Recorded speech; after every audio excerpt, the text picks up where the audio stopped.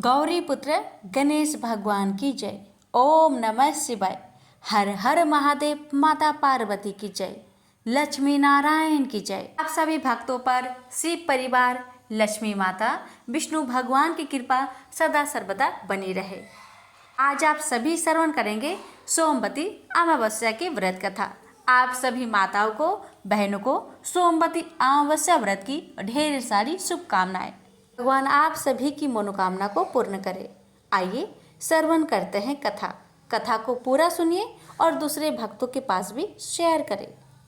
सोमवती अमावस्या की व्रत कथा।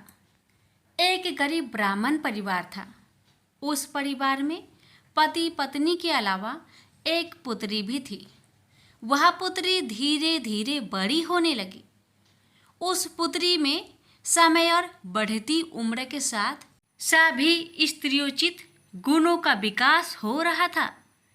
वह लड़की सुंदर, संस्कारवान एवं गुणवान थी, किंतु गरीब होने के कारण उसका विवाह नहीं हो पा रहा था। एक दिन उस ब्राह्मण के घर एक साधु महाराज पधारे। वो उस कन्या के सेवा भाव से काफी प्रसन्न हुए। कन्या को लंबी आयु का आशीर्वाद देते हुए साधु ने कहा कि इस कन्या के हथेली में विवाह योग रेखा नहीं है। तब ब्राह्मण दंपति ने साधु से उपाय पूछा कि कन्या ऐसा क्या करे कि उसके हाथ में विवाह योग बन जाए।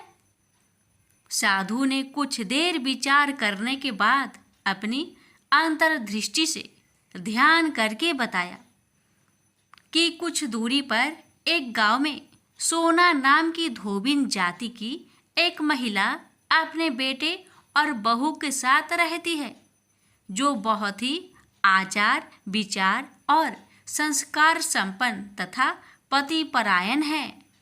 यदि यह कन्या उसकी सेवा करे और वह महिला इसकी शादी में अपने मांग का सिंदूर लगा दे, उसके बाद इस कन्या का विवाह हो तो इस कन्या का वैधव योग मिट सकता है। साधु ने ये भी बताया कि वह महिला कहीं आती जाती नहीं है। यह बात सुनकर ब्राह्मणी ने अपने बेटी से धोबिन की सेवा करने की बात कही। अगले दिन कन्या प्रातः काल ही उठकर सोना धोबिन के घर जाकर साफ सफाई और अन्य सारे काम करके अपने घर वापस आ जाती। एक दिन सोना धोबिन अपनी बहू से पूछती है कि तुम तो सुबह ही उठकर सारे काम कर लेती हो और पता भी नहीं चलता। बहू ने कहा, माँ जी, मैंने तो सोचा कि आप ही सुबह उठकर सारे काम खुद ही खत्म कर लेती हैं। मैं तो देर से उठती हूँ। इस पर दोनों सास बहू निगरानी करने लगी कि कौन है जो सुबह ही घर का सारा काम करके चला जाता है। कई दिनों के बाद धोबिन ने देखा कि एक कन्या मुंह अंधेरी घर में आती है और सारे काम करने के बाद चली जाती है। जब वह जाने लगी तो सोना धोबिन उसके पैरों पर गिर पड़ी। पूछने लगी कि आप कौन हैं और इस तरह छुपकर मेरे घर की चाकरी क्यों करती है। तब कन्या ने साधु द्वारा कही गई सारी बात बताई। सोना धोबिन पति परायण थी, उसमें तेज था। वह तैयार हो गई। सोना धोबिन के पति थोड़ा अस्वस्थ थे। उसने अपनी बहू से अपने लौट आने तक घर पर ही रहने को कहा। सोना धोबिन ने जैसे ही अपने मांग का सिंदूर उस कन्या की मांग में लगाया, उसका पति मर गया। उसे इस बात का पता चल गया। वह घर से निराजल ही चली थी, यह सोचकर कि रास्ते में कहीं पीपल का पेड़ मिलेगा तो उसे भौरी देकर और उसकी परिक्रमा करके ही जल ग्रहण करेगी। उस दिन सोमवती अमावस्या थी। ब्राह्मण के घर मिले हुए पकवान की जगह उसने ईंट के टुकड़ों से 108 बार भौरी देकर 108 बार पीपल के पेड़ की परिक्रमा की और उसके बाद जल ग्रहण किया। ऐसा करते ही उसके पति के मुर्दे शरीर में वापस जान आ गई। धोबिन का पति वापस जीवित हो उठा। इसलिए सोमवती अमावस्या के दिन से शुरू करके जो व्यक्ति हर अमावस्या के दिन भौरी देता है, उसके सुख और सौभाग्य में वृद्धि होती है। पीपल के पेड़ में सभी देवों का वास होता है। अतः जो व्यक्ति हर अमावस्या को ना कर सके, वह सोमवार को पड़ने वाली अमावस्या के दिन 108 वस्तुओं की भौरी देकर सोना धोबिन और गौरी गणेश का पूजन करता है, उसे अखंड सौभाग्य की प्राप्ति होती है। प्रेम से बोलिए हर हर महादेव। पीपल देवता और लक्ष्मी माता की कथा। एक बूढ़ा ब्राह्मण था। वह रोज पीपल को जल से सींचता था। पीपल में से रोज एक लड़की निकलती और कहती, पिताजी मैं आपके साथ जाऊंगी। यह सुनते सुनते बूढ़ा दिन व दिन कमजोर होने लगा। तो बुढ़िया ने पूछा कि क्या बात है। बूढ़ा बोला कि पीपल से एक लड़की निकलती है और कहती है कि वह भी मेरे साथ चलेगी। बुढ़िया बोली कि कल ले आना उस लड़की को। जहाँ 6 लड़कियाँ पहले से ही हमारे घर में है, वहाँ 7वीं लड़की और सही। अगले दिन बूढ़ा उस लड़की को घर ले आया। घर लाने के बाद बूढ़ा ब्राह्मण आटा मांगने गया तो उसे पहले दिनों की अपेक्षा आज ज़्यादा आटा मिला था। जब बुढ़िया वह आटा छानने लगी तो लड़की ने कहा, लाओ माँ मैं छान देती हूँ। जब वह आटा छानने बैठी तो पारात भर गई। उसके बाद माँ खाना बनाने जाने लगी तो लड़की बोली कि आज रसोई मैं जाऊंगी। तो बुढ़िया बोली, ना तेरे हाथ जल जाएंगे। लेकिन लड़की नहीं मानी और वह रसोई में खाना बनाने गई तो उसने तरह तरह के 3600 व्यंजन बना डाले और आज सभी ने भरपेट खाना खाया। इससे पहले वह आधा पेट भूखा ही रहते थे। रात हुई तो बुढ़िया का भाई आया और कहने लगा कि दीदी मैं तो खाना खाऊंगा। बुढ़िया परेशान हो गई कि अब खाना कहाँ से लाएगी। लड़की ने पूछा, क्या बात है माँ? उसने कहा कि तेरे मामा आया है और रोटी खाएगा, लेकिन रोटी तो सबने खा ली है, अब उसके लिए कहाँ से लाऊंगी? लड़की बोली कि तू चिंता मत कर, मैं बना दूंगी। और वह रसोई में गई और मामा के लिए 3600 व्यंजन बना दिए। मामा ने भरपेट खाया और कहा भी कि ऐसा खाना इससे पहले उसने कभी नहीं खाया है। बुढ़िया ने कहा कि भाई तेरी पावनी भांजी है, उसी ने बनाया है। शाम हुई तो लड़की बोली कि माँ चौका लगा के चौके का दिया जला देना, कोठे में मैं सोऊंगी। बुढ़िया बोली कि ना बेटी तू डर जाएगी। लेकिन वह बोली कि ना मैं ना डरूंगी, मैं अंदर कोठे में ही सोऊंगी। वह कोठे में ही जाकर सो गई। आधी रात को लड़की उठी और चारों ओर आंख मारी तो धन ही धन हो गया। वह बाहर जाने लगी तो एक बूढ़ा ब्राह्मण सो रहा था। उसने देखा तो कहा कि बेटी तू कहाँ चली? लड़की बोली कि मैं तो दरिद्रता दूर करने आई थी, अगर तुम्हें दूर करवानी है तो करवा लो। उसने बूढ़े के घर में भी आँख से देखा तो चारों ओर धन ही धन हो गया। सुबह सवेरे सब उठे तो लड़की को ना पाकर उसे ढूंढने लगे कि पावनी बेटी कहाँ चली गई। बूढ़ा ब्राह्मण बोला कि वह तो लक्ष्मी माता थी जो तुम्हारे साथ मेरी दरिद्रता भी दूर कर गई। हे लक्ष्मी माता, जैसे आपने उनकी दरिद्रता दूर की वैसे ही सबकी करना। प्रेम से बोलिए लक्ष्मी मैया की जय हो। सोमवार व्रत कथा। किसी नगर में एक धनी व्यापारी रहता था। दूर दूर तक उसका व्यापार फैला हुआ था। नगर के सभी लोग उस व्यापारी का सम्मान करते थे। इतना सब कुछ संपन्न होने के बाद भी वह व्यापारी बहुत दुखी था, क्योंकि उसका कोई पुत्र नहीं था। जिस कारण अपने मृत्यु के पश्चात व्यापार के उत्तराधिकारी की चिंता उसे हमेशा सताती रहती थी। पुत्र प्राप्ति की इच्छा से व्यापारी प्रत्येक सोमवार भगवान शिव का व्रत पूजा किया करता था और शाम के समय शिव मंदिर में जाकर शिव जी के सामने घी का दीपक जलाया करता था। उसकी भक्ति देखकर माँ पार्वती प्रसन्न हो गई और भगवान शिव से उस व्यापारी की मनोकामना पूर्ण करने का निवेदन किया। भगवान शिव बोले, इस संसार में सबको उसके कर्म के अनुसार फल की प्राप्ति होती है। जो प्राणी जैसा कर्म करते हैं उन्हें वैसा ही फल प्राप्त होता है। शिव जी द्वारा समझाने के बावजूद माँ पार्वती नहीं मानी और उस व्यापारी की मनोकामना पूर्ति हेतु वे शिव जी से बार बार अनुरोध करती रही। अंततः माता के आग्रह को देखकर भगवान भोलेनाथ को उस व्यापारी को पुत्र प्राप्ति का वरदान देना पड़ा। वरदान देने के पश्चात भोलेनाथ माँ पार्वती से बोले, आपके आग्रह पर मैंने पुत्र प्राप्ति का वरदान तो दे दिया, परंतु इसका यह पुत्र 16 वर्ष से अधिक समय तक जीवित नहीं रहेगा। उसी रात भगवान शिव उस व्यापारी के सपने में आए और उसे पुत्र प्राप्ति का वरदान दिया और उसके पुत्र की 16 वर्ष तक जीवित रहने की भी बात बताई।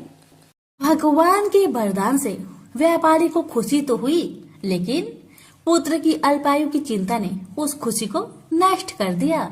व्यापारी पहले की तरह सोमवार के दिन भगवान शिव का विधिवत व्रत करता रहा। कुछ महीनों के बाद उसके घर एक अति सुंदर बालक ने जन्म लिया और घर में खुशियां ही खुशियां भर गई। बहुत धूमधाम से पुत्र जन्म का समारोह मनाया गया, परंतु व्यापारी को पुत्र जन्म की अधिक खुशी नहीं हुई, क्योंकि उसे पुत्र की अल्प आयु के रहस्य का पता था।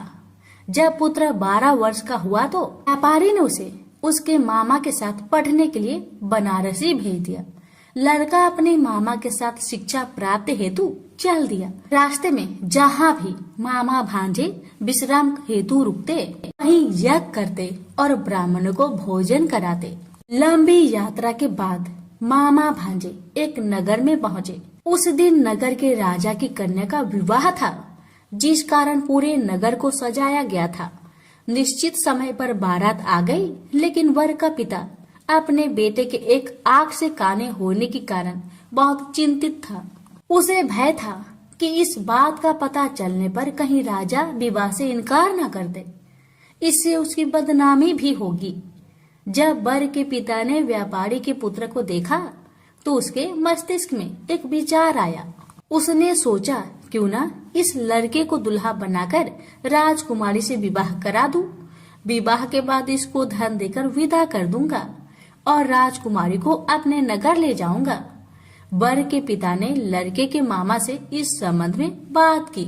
मामा ने धन मिलने की लालच में वर के पिता की बात को स्वीकार कर ली। लड़के को दूल्हे का वस्त्र पहनाकर राजकुमारी से विवाह कर दिया गया। राजा ने बहुत सारा धन देकर राजकुमारी को विदा किया। शादी के बाद लड़का जब राजकुमारी के साथ लौट रहा था तो वह सच नहीं छिपा सका और उसने राजकुमारी की ओढ़नी पर लिख दिया, राजकुमारी, तुम्हारा विवाह मेरे साथ हुआ था। मैं तो बनारसी पढ़ने के लिए जा रहा हूँ और अब तुम्हें जिस नवयुवक की पत्नी बनना पड़ेगा वह कान्हा है। जब राजकुमारी ने अपनी ओढ़नी पर लिखा हुआ पढ़ा तो उसने कान्हे लड़के के साथ जाने से इनकार कर दिया। राजा को जब ये सब बातें पता लगी तो उसने राजकुमारी को महल में ही रख लिया। उधर लड़का अपने मामा के साथ बनारसी पहुंच गया और गुरुकुल में पढ़ना शुरू कर दिया। जब उसकी आयु 16 वर्ष की हुई तो उसने यज्ञ किया। यज्ञ की समाप्ति पर ब्राह्मणों को भोजन करवाया और खूब अन्य वस्त्र दान किए। रात को वह अपने शयन कक्ष में सो गया। शिव के वरदान के अनुसार शयन अवस्था में ही उसके प्राण पेखरू उड़ गए। सूर्योदय पर मामा मृत भांजे को देखकर रोने पिटने लगा। आसपास के लोग भी एकत्र होकर दुख प्रकट करने लगे। लड़के के मामा के रोने विलाप करने के स्वर समीप से गुजरते हुए भगवान शिव और माता पार्वती ने भी सुने। माता पार्वती ने भगवान से कहा, प्राणनाथ, मुझे इसके रोने का स्वर सहन नहीं हो रहे, आप इस व्यक्ति के कष्ट को अवश्य दूर करें। भगवान शिव ने माता पार्वती के साथ अदृश्य रूप में समीप जाकर देखा तो भोलेनाथ माता पार्वती से बोले, यह तो उसी व्यापारी का पुत्र है जिसे मैंने 16 वर्ष की आयु का वरदान दिया था। इसकी आयु पूरी हो गई है। माँ पार्वती ने फिर भगवान शिव से निवेदन कर उस बालक को जीवन देने का आग्रह किया। माता पार्वती के आग्रह पर भगवान शिव ने उस लड़के को जीवित होने का वरदान दिया और कुछ ही पल में वह जीवित होकर उठ बैठा। शिक्षा समाप्त करके लड़का मामा के साथ अपने नगर की ओर चल दिया। दोनों चलते हुए उसी नगर में पहुँचे जहाँ उसका विवाह हुआ था। उस नगर में भी यज्ञ का आयोजन किया। समीप से गुजरते हुए नगर के राजा ने यज्ञ का आयोजन देखा और उसने तुरंत ही लड़के और उसके मामा को पहचान लिया। यज्ञ के समाप्त होने पर राजा मामा और लड़के को महल में ले गया और कुछ दिन उन्हें महल में रखकर बहुत सा धन वस्त्र आदि देकर राजकुमारी के साथ विदा कर दिया। इधर भूखे प्यासे रहकर व्यापारी और उसकी पत्नी बेटे की प्रतीक्षा कर रहे थे। उन्होंने प्रतिज्ञा कर रखी थी कि यदि उन्हें अपने बेटे की मृत्यु का समाचार मिला तो दोनों अपने प्राण त्याग देंगे। परंतु जैसे ही उसने बेटे के जीवित वापस लौटने का समाचार सुना तो वह बहुत परेशान हुआ। वह अपनी पत्नी और मित्रों के साथ नगर के द्वार पर पहुंचा। अपने बेटे के विवाह का समाचार सुनकर पुत्र वधू राजकुमारी को देखकर उसकी खुशी का ठिकाना न रहा। उसी रात भगवान शिव ने व्यापारी को सपने में आकर कहा, हे श्रेष्ठी, मैंने तेरे सोमवार व्रत करने और व्रत कथा सुनने से प्रसन्न होकर तेरे पुत्र को लंबी आयु प्रदान की है। पुत्र की लंबी आयु जानकर व्यापारी बहुत प्रसन्न हुआ। शिव भक्त होने तथा सोमवार का व्रत करने से व्यापारी की सभी मनोकामनाएं पूर्ण हुई। इसी प्रकार जो भक्त सोमवार का विधिवत व्रत करते हैं और व्रत कथा सुनते हैं, उनकी सभी इच्छाएं पूरी होती है। उनसे बोलिए, उमापति शंकर भगवान की जय। तुलसी माता की कहानी। एक बुढ़िया माई तुलसी जी को सींचती और कहती कि हे तुलसी माता, सत की दाता, मैं तेरा बिरला सींचती हूँ। मुझे बहू दे, पीताम्बर की धोती दे, मीठा मीठा घास दे, बैकुंठा में बास दे, चटक की चाल दे, पाटक की मौत दे, चंदन का काठ दे, रानी सा राज दे, दाल भात का भोजन दे, 11 की मौत दे, कृष्णा जी का कांधा दे। तब तुलसी माता यह सुनकर सूखने लगी तो भगवान ने पूछा कि हे तुलसी, तुम क्यों सूख रही हो? तुलसी माता ने कहा कि एक बुढ़िया रोज आती है और यही बात कह जाती है, मैं सब बात तो पूरा कर दूंगी, लेकिन कृष्ण का कंधा कहाँ से लाऊंगी? तो भगवान बोले, जब वो मरेगी तो मैं अपने आप ही कंधा देने आऊंगा। तू बुढ़िया माई से कह देना। जब बुढ़िया माई मर गई, सब लोग आ गए। जब माई को ले जाने लगे तो वह किसी से न उठी। तब भगवान एक 12 बरस के बालक का रूप धारण करके आए। बालक ने कहा, मैं कान में एक बात कहूँगा तो बुढ़िया माई उठ जाएगी।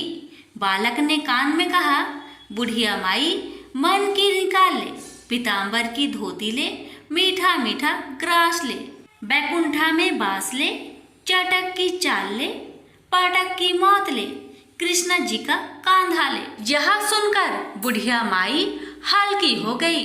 भगवान ने कंधा दिया और बुढ़िया माई को मुक्ति मिल गई। हे तुलसी माता, जैसे बुढ़िया माई को मुक्ति दी वैसे सबको देना। प्रेम से बोलिए तुलसी महारानी की जय। एक बार गणेश जी ने पृथ्वी के मनुष्य की परीक्षा लेने का विचार किया। वे अपना रूप बदलकर पृथ्वी पर भ्रमण करने लगे। उन्होंने एक बालक का रूप बना लिया। एक हाथ में एक चम्मच में दूध ले लिया और दूसरे हाथ में एक चुटकी चावल ले लिए और गली गली घूमने लगे। साथ ही साथ आवाज लगाते चल रहे थे, कोई मेरे लिए खीर बना दे, कोई मेरे लिए खीर बना दे। कोई भी उन पर ध्यान नहीं दे रहा था, बल्कि लोग उन पर हंस रहे थे। वे लगातार एक गांव के बाद दूसरे गांव इसी तरह चक्कर लगाते हुए पुकारते रहे, पर कोई खीर बनाने के लिए तैयार नहीं था। सुबह से शाम हो गई, गणेश जी लगातार घूमते रहे। एक बुढ़िया थी, शाम के वक्त अपनी झोपड़ी के बाहर बैठी हुई थी। तभी गणेश जी वहां से पुकारते हुए निकले कि कोई मेरी खीर बना दे, कोई मेरी खीर बना दे। बुढ़िया बहुत कोमल हृदय वाली स्त्री थी। उसने कहा, बेटा मैं तेरी खीर बना देती हूँ। गणेश जी ने कहा, माई अपने घर में से दूध और चावल लेने के लिए बर्तन ले आओ। बुढ़िया एक कटोरी लेकर जब झोपड़ी के बाहर आई तो गणेश जी ने कहा, अपने घर का सबसे बड़ा बर्तन लेकर आओ। बुढ़िया को थोड़ी झुलझुलाहट हुई, पर उसने कहा, चलो बच्चे का मन रख लेती हूँ। और अंदर जाकर वह अपने घर का सबसे बड़ा पतीला लेकर बाहर आई। गणेश जी ने चम्मच से पतीले में दूध उड़ेलना शुरू किया। तब बुढ़िया के आश्चर्य की सीमा न रही जब उसने देखा दूध से पूरा पतीला भर गया है। एक के बाद एक वह बर्तन झोपड़ी से बाहर लाती गई और उसमें गणेश जी दूध भरते चले गए। इस तरह से घर के सारे बर्तन दूध से लबालब भर गए। गणेश भगवान ने बुढ़िया से कहा, मैं स्नान करके आता हूँ, तब तक तुम खीर बना लो, मैं वापस आकर खाऊंगा। बुढ़िया ने पूछा, मैं इतनी सारी खीर का क्या करूंगी? इस पर गणपति जी बोले, सारे गांव को दावत दे दो। बुढ़िया ने बड़े प्यार से मन लगाकर खीर बनाई। खीर की भीनी भीनी मीठी मीठी खुशबू चारों दिशाओं में फैल गई। खीर बनाने के बाद वह हर घर में जाकर खीर खाने का न्योता देने लगी। लोग उस पर हंस रहे थे। बुढ़िया के घर में खाने को दाना नहीं और यह सारे गांव को खीर खाने की दावत दे रही है। लोगों को कौतूहल हुआ और खीर की खुशबू से लोग खींचे चले आए। लो, सारा गांव बुढ़िया घर में इकट्ठा हो गया। जब बुढ़िया की बहू को दावत की बात मालूम हुई तब वह सबसे पहले वहां पहुंच गई। उसने खीर से भरे पतीलों को जब देखा तो उसके मुंह में पानी आ गया। उसे बड़ी जोर से भूख लगी हुई थी। उसने एक कटोरी खीर निकाली और दरवाजे के पीछे बैठकर खाने को तैयार करने लगी।